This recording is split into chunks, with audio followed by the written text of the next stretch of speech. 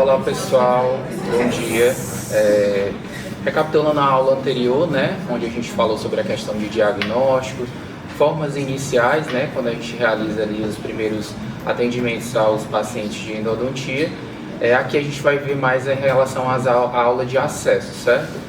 Dentro dessa aula a gente vai dar continuidade e durante a aula a gente vai preencher a atividade que eu passei para vocês, né? Após cada acesso vocês vão preenchendo, a gente vai falar aqui sobre as formas, né, de acesso às brocas e vocês vão preenchendo ao decorrer da aula, certo? Essa vai ser a metodologia ativa utilizada dentro dessa aula. Então, para quem ainda não me conhece, sou o professor Matheus Carvalho, né, especialista em endodontia e mestrando em clínica odontológica.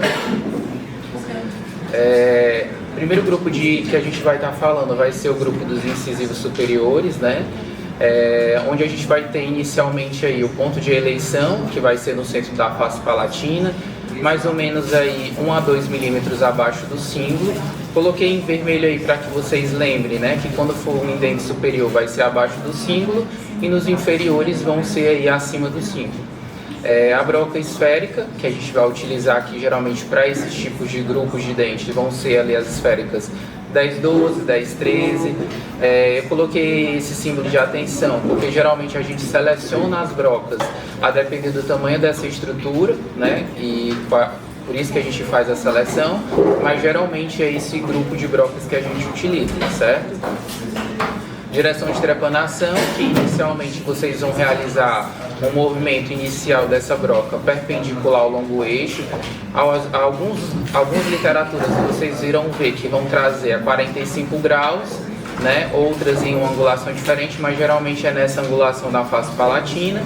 E depois vocês vão inclinar, né, após essa inclinação para realizar um desgaste inicial, geralmente aí ao longo eixo do dente, certo?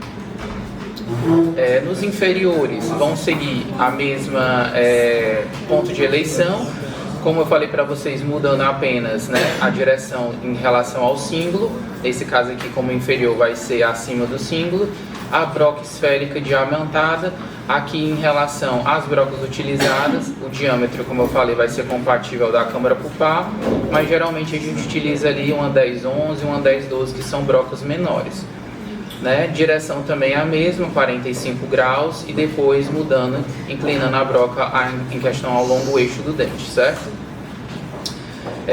Nos incisivos, na forma de contorno, a gente vai ter aí uma projeção do teto da câmara pulpar em questão também de volume, e essa forma de contorno ela vai justamente determinar o contorno final dessa abertura. Não é que vocês precisem realizar aí durante essa prática uma forma exata dessa forma, né?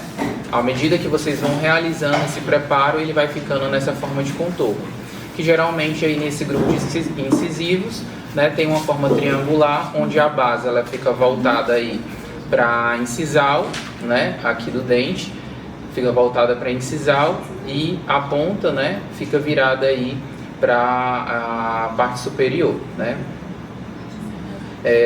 Lembrando também de não promover nenhum desgaste na parede vestibular da câmara pulpar, que aí no caso a gente realizaria uma perfuração. Trouxe até aqui para elucidar, né, como geralmente a gente realiza esse movimento, que é um movimento aí de dentro para fora.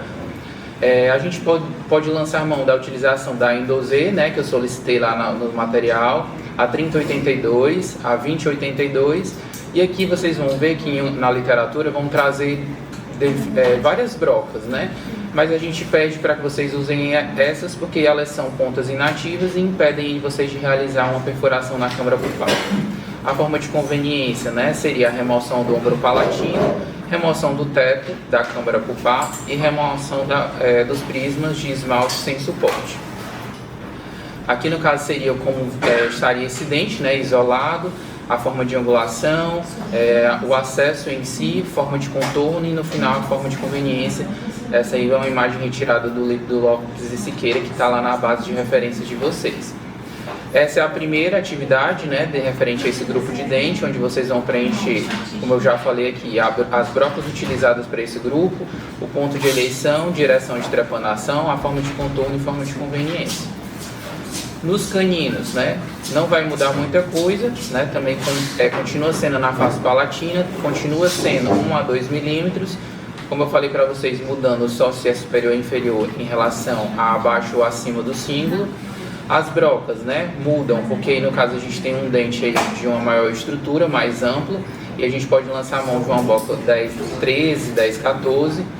A direção de trepanação, né, a broca da mesma forma, perpendicular a 45 graus na face palatina, e depois você vai inclinar em relação ao longo eixo. Forma de contorno, diferente do que a gente falou do triangular dos incisivos, nos caninos a gente tem uma forma losangular, né? Também evitando o desgaste na parede vestibular.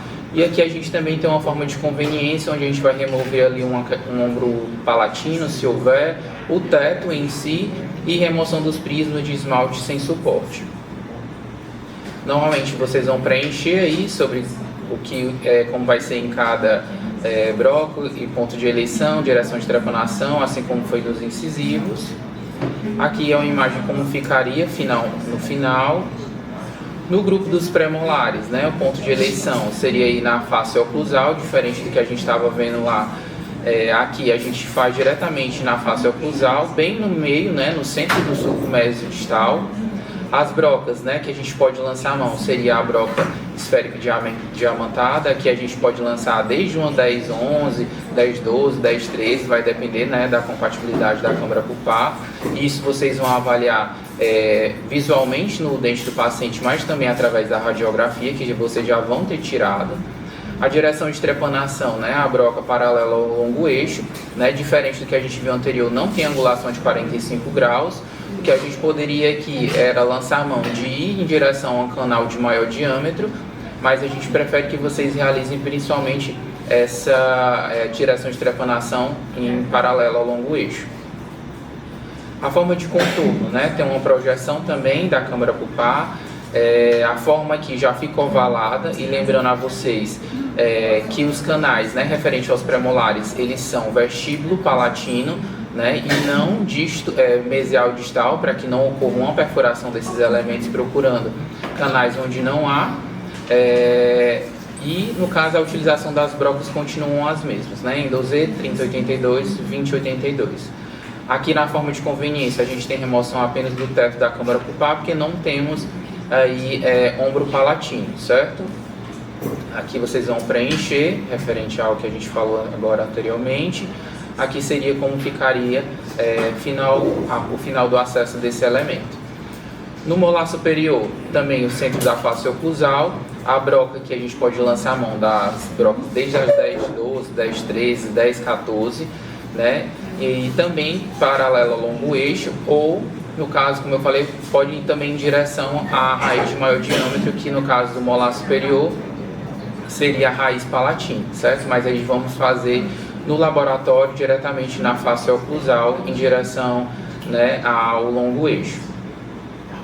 A forma de contorno, a gente tem uma projeção da câmara pulpar, também em forma e volume, e geralmente quando a gente faz a localização desses canais, eles têm uma forma triangular justamente pela posição, né, dos canais, né? Lembrando que geralmente nos molares superiores esses canais eles estão mais mesializados do que distalizados, né?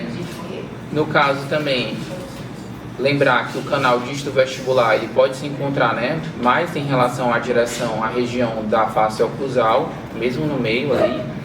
As brocas também continuam as mesmas nessa forma de contorno, e aqui na forma de conveniência a gente tem a remoção do teto da câmara pulpar, remoção dos prismas de esmalte sem suporte. Também vão preencher, e aqui a gente tem, no caso, a foto final de como é que ficaria esse acesso após a realização desses passos. No molar inferior, né, centro da face oclusal, também em direção ao canal distal, que seria o de maior diâmetro. A broca também utilizada desde as 10-12, 10-13, seriam as mais indicadas, vai depender do diâmetro do canal. Broca paralela ao longo eixo também. Na forma de contorno a gente tem a mesma coisa, a projeção da câmara em forma e volume. Diferente aqui a gente tem uma forma geralmente retangular ou trapezoidal, vai depender aí questão da localização desses forames. E lembrando também que o canal distal ele é mais voltado para vestibular e o vértice, no caso, para mesial, como ficaria a forma final, né? As brocas em 12, 3082 também, a 2082, e na forma de conveniência, remoção do teto da câmara pulpar, desgaste expulsivo na parede mesial, para encontrar, né, os canais mesiais. Isso aqui, no caso, se você localizar inicialmente o canal de maior diâmetro, que seria o distal, e abrindo aí para o mesial para encontrar os outros dois. Aqui seria como ficaria o final, né, o acesso final.